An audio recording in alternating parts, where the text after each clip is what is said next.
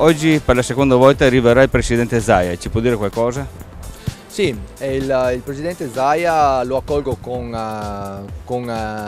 onore nel paese di Bovolone, perché è una presenza molto importante per noi, visto che comunque è già venuto circa 15 giorni fa, quando dovevamo cercare di arrivare al ballottaggio. Noi ci siamo arrivati e vorremmo, anzi anche grazie all'aiuto del presidente Zaia, vincere il ballottaggio.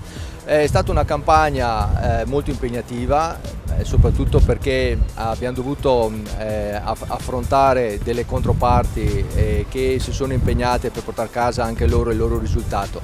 Noi da parte nostra, con la nostra coerenza, con una squadra giovane, siamo riusciti ad arrivare fin qui e ormai ci manca poco per arrivare al nostro obiettivo principale, che è la vittoria nel ballottaggio. Vorrei prendere anche l'occasione per dire che all'interno della nostra squadra, per quanto riguarda l'amministrazione, avremo anche la dottoressa Pasini Angiolina, e che farà parte della nostra squadra con la mansione di vice sindaco.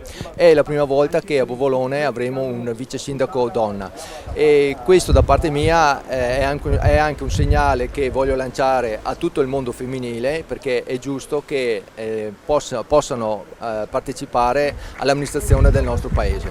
Presidente Zaia, per la seconda volta qui a Bovolone sostenere il candidato sindaco? Direi proprio di sì, 2 volte penso che la dica lunga su quanto ci teniamo.